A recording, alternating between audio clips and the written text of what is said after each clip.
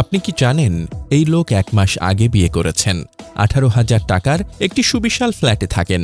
ভাবুন তো, সুস্থ কোনো মহিলা বিয়ের পর এমন বেডরুমে স্বামীসহ থাকতে পারবে? আমার তো মনে হয় না।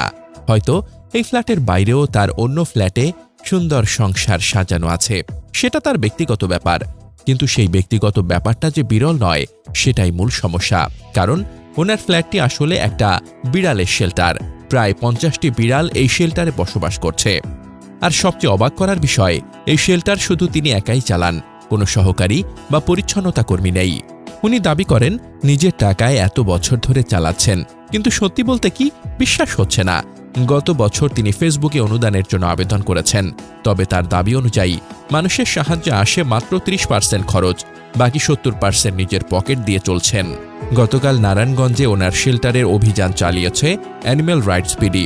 ওনার বেডরুম এত নোংরা, বিড়ালদের রুম কেমন হতে পারে তা ভাবুন। চারদিকে বিড়ালের পায়খানা, লিটারগুলোতে ম্যাগট পোকা ভরে আছে। যেমন মানুষের দেহ পচে গেলে বের হয়, ঠিক সেই রকম। ভিডিও প্রতিবেদন দেখলেই গা শিউরে উঠবে। এমনকি এই লোক নির্বিঘ্নে সেই রুমে খাচ্ছেন, ঘুমাচ্ছেন। এখন ভাবুন, মানুষের বাড়িতে মাত্র কয়েক ঘন্টার জন্য ঢুকলেই শ্বাসকষ্ট হয়, বমি করার ইচ্ছে হয়। আর এই ফ্ল্যাটে তো পুরো শেল্টার ভর্তি বিড়াল, নোংরা, দুর্গন্ধপূর্ণ, আর বাড়িওয়ালা তাদের তাড়িয়ে দিচ্ছে।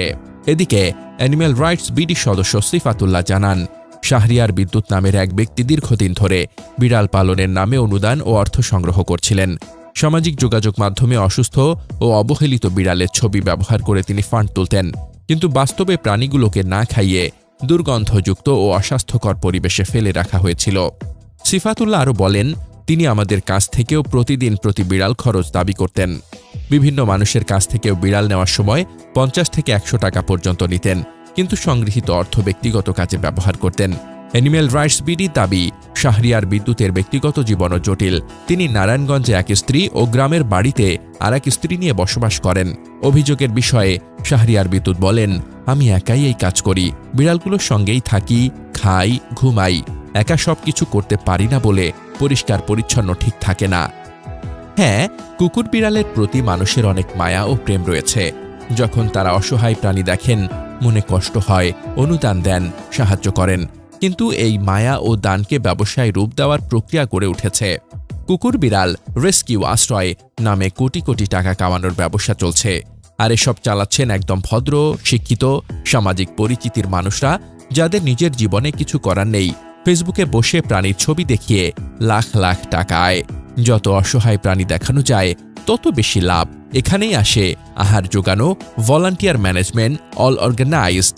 ব্যবসা করতে পারেন, কিন্তু অন্তত প্রাণীদের সুস্থ ও নিরাপদ পরিবেশে রাখা উচিত। কিন্তু সেটা হয় না। অধিকাংশ টাকা নিজের পকেটে, সামান্য খরচ প্রাণীর বেঁচে থাকার জন্য। কেন? মরে গেলে লস। আপনি হয়তো খিলগাঁওয়ের রবিনহুড শেল্টারের কেস শুনেছেন। পুলিশ কেস হয়েছিল, তারপর কার্যক্রম বন্ধ। উনি সেই মানবিক কর্মকাণ্ডের আড়ালে নারী ভলান্টিয়ার, প্রাণী অ্যাভিউজ আর টাকা কামানোর ব্যবসা চালাচ্ছিলেন। আজকের বাস্তবতা, নামি বেনামি রেস্কিউ সেলিব্রিটি, কন্টেন্ট ক্রিয়েটররা আপনাকে ধোঁকা দিচ্ছে। অবলা, অসহায় প্রাণীর ছবি দেখিয়ে নিজেকে মহান দেখানো, লাখ লাখ টাকা আয়।